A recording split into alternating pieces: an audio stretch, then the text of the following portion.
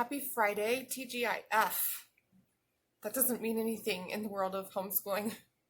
Friday's the same as every other day. Lots to do. So this is my homeschooling schedule video number 2. It's gonna take 3, I think. So I talked about my daily schedule in a general, vague kind of way because I wanted to offer a lot of encouragement and positivity and realism. But I want to talk about our vacation scheduling. And by vacation, I don't mean traveling. I don't mean going off and doing, beaches and stuff like that. But I mean like more than just the weekend off. When do you take spring break? When do you take winter break? Do you take those breaks? Do you take government holidays off? Okay. Just like my video last night, I'm going to be pretty blanketed with this because the fact of the matter is that the beauty and the necessity of homeschool is that you have to roll with the punches. Things are going to be different today, tomorrow, yesterday, last year, 5 years from now, whatever. When my daughters were younger, I think that I kind of stuck with a traditional public school schedule more so than I do now. We definitely always had a couple weeks off at Christmas. We tended to need a week off in the fall and in the spring that would come approximately when spring break and fall break normally would. Although I never had fall break when I was in public school. And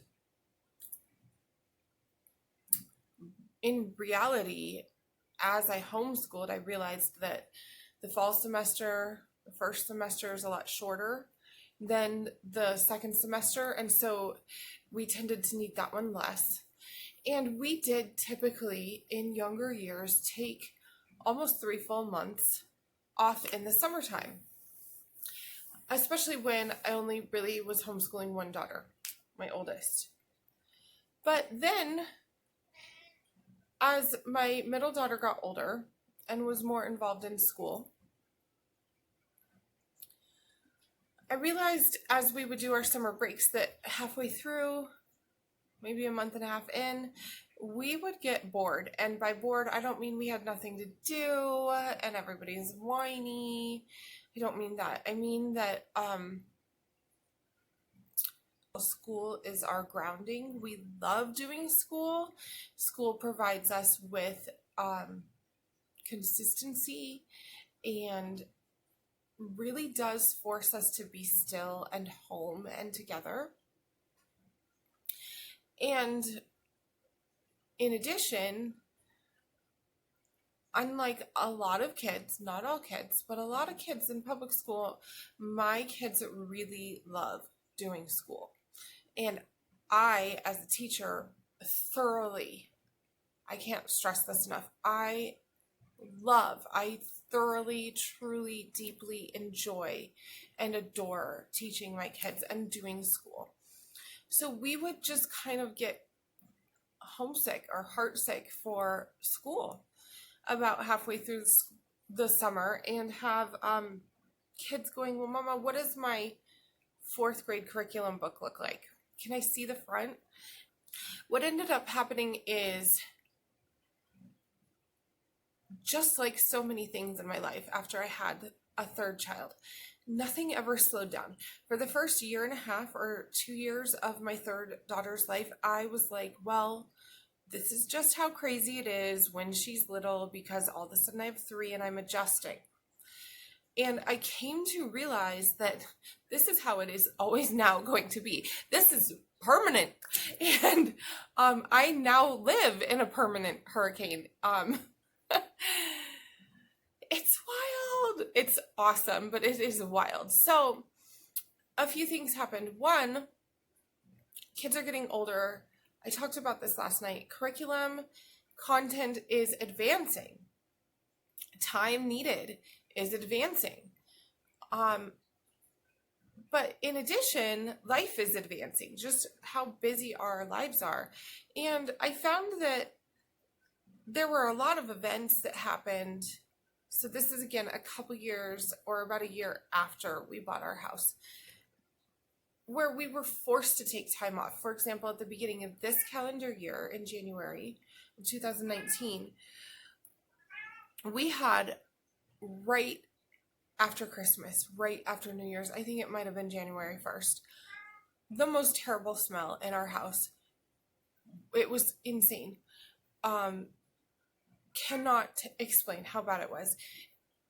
Long story short, after about a week and a half of troubleshooting and calling different professionals in different areas, thinking it was a natural gas leak, all sorts of crazy things, we were told by a plumber that we had to move all our furniture in our basement. Our basement is fully furnished, fully finished.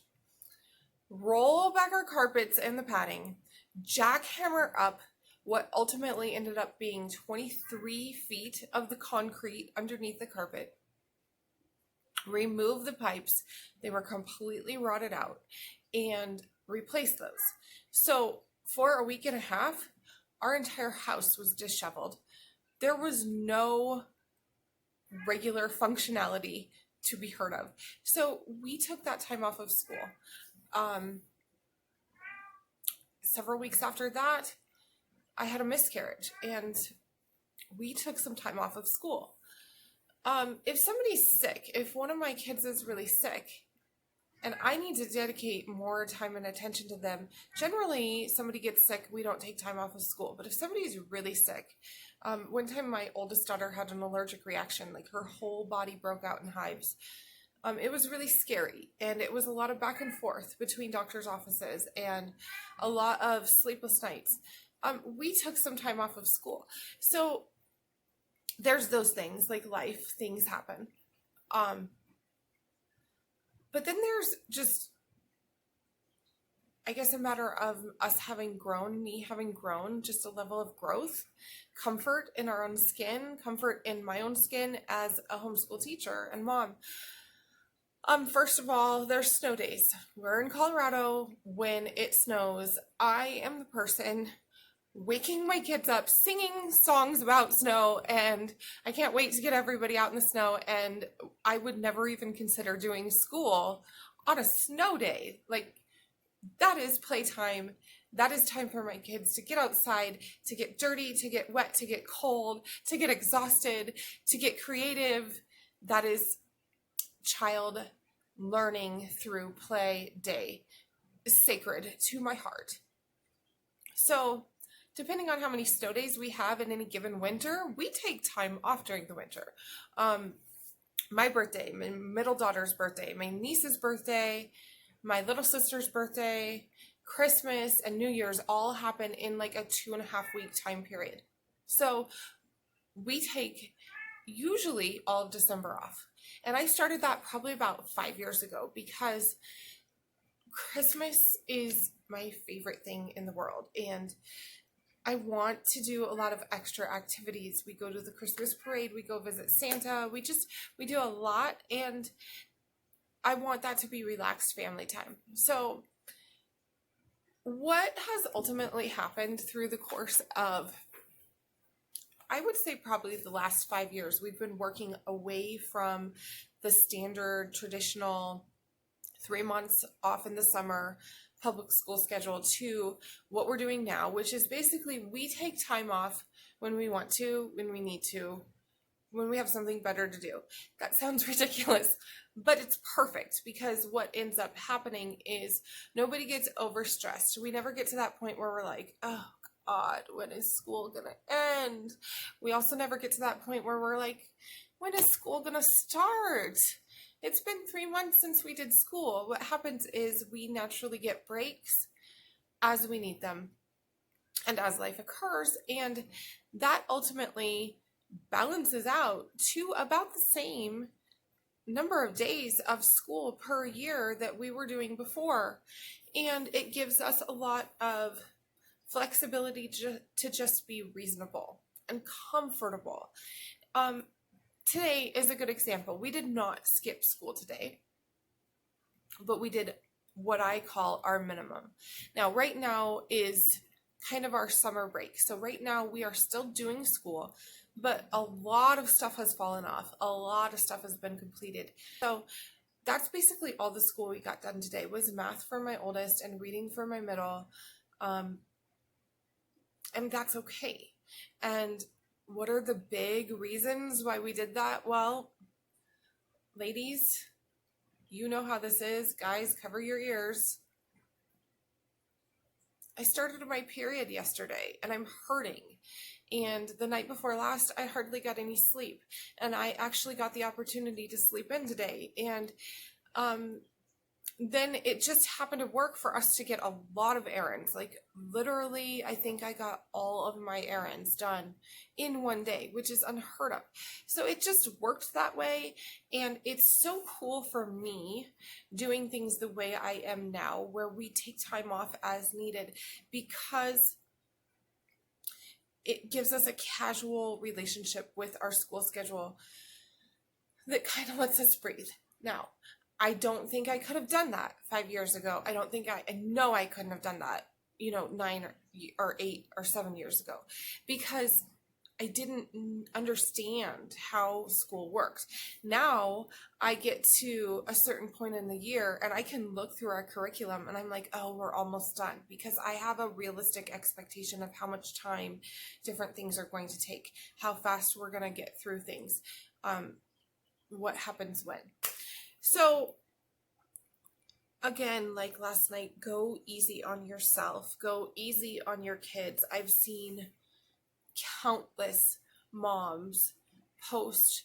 I have heard countless moms ask.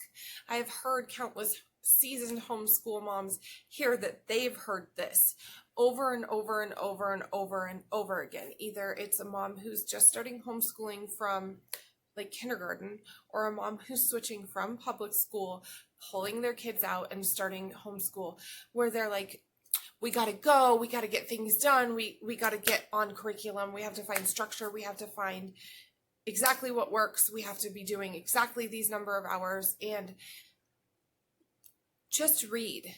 Unless your kid is in like middle school or high school, just read. Just do educational activities like puzzles, or going to the library or going to the museum. Take time to calm down, to de-stress, to compose yourself, to get familiar with one another, being home together all day, every day. If you've been, sending your kid off to public school, that's really critical. Kind of like breathe for the first year and try some different things and talk to some different moms. And when you do start, know that things are going to change day to day, year to year, and be okay with that. And start practicing the great art of self-forgiveness. It's so critical to being a happy person, to teaching your kids how to be a happy person by setting that example. Like, I didn't do very well at that, but I did my best at the time with what knowledge and skills and materials I had available. And now we're going to try this new thing. And in 5 years, I might go, wow, I really had it right. Or in 5 years, I might go, wow, what was I thinking? But either way, it's perfect for right now and today. And it's okay. Like, this is supposed to be a comforting, calming, loving, meaningful experience. So breathe in the moment. That is definitely an awesome video about scheduling. Please subscribe, please like, most importantly, hit the bell to get notifications. That's the most important for my ratings. Please leave me a comment. I really need to learn how to manage and respond to comments, as well as I'm really interested in what people have to say. Have a really good night. I'll talk to you soon.